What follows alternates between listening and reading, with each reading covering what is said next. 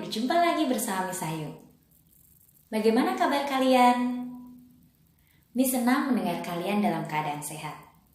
Tapi mengapa kamu kurang bersemangat? Memang kondisi ini membuat kita tidak nyaman. Kita tidak bisa bertemu orang lain, kita tidak bisa bermain, bahkan untuk berinteraksi dengan orang lain, kita harus dibatasi jarak. Tapi, kalian harus memahami, situasi saat ini bukan berarti kita tidak boleh berinteraksi dengan orang lain. Kita diajak untuk peduli dengan orang lain dengan cara menjaga jarak antara orang yang satu dengan orang yang lain. Interaksi sosial tetap akan terjadi, karena manusia adalah makhluk sosial. Perbedaannya, saat ini kita tidak bisa berinteraksi secara langsung.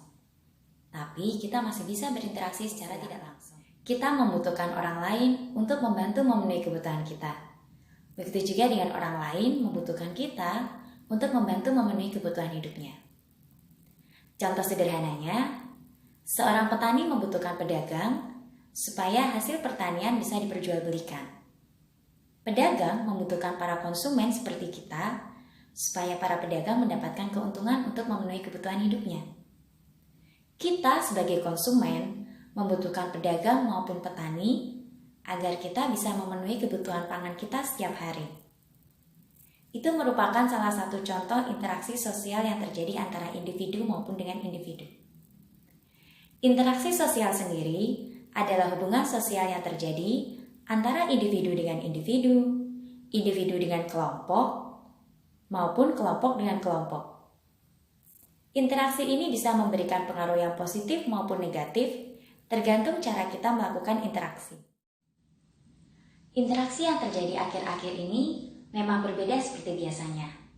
Kita masih tetap bisa berinteraksi, meskipun secara tidak langsung.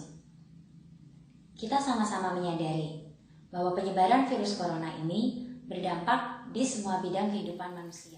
Lalu, apa yang bisa kita lakukan? Kita bisa mulai dari diri kita sendiri.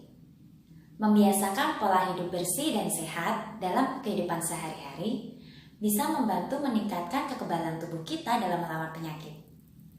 Mulai dari menerapkan cuci tangan yang benar, menggunakan masker ketika berada di tempat umum, atau bahkan menjaga kebersihan lingkungan di sekitar kita.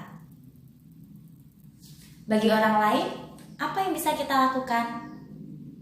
Kita bisa memberikan bantuan dalam berbagai bentuk, mulai dari hal yang sederhana sampai banyak hal yang bisa kita berikan.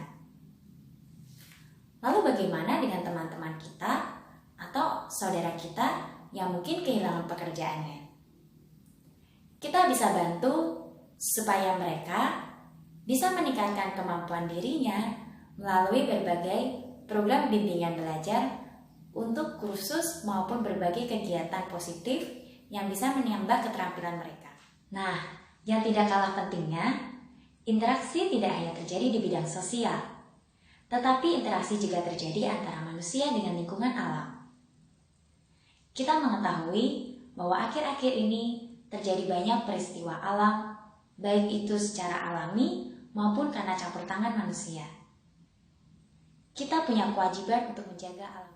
Dengan menjaga alam kita, harapannya alam pun menjadi lebih bersih, lestari, dan nyaman untuk kita tinggali. Sekian pembelajaran kali ini. Semoga setelah kita bersama-sama memaknai pembelajaran interaksi sosial ini, kita semakin peduli dengan sesama, juga lingkungan di mana kita tinggal. Terima kasih.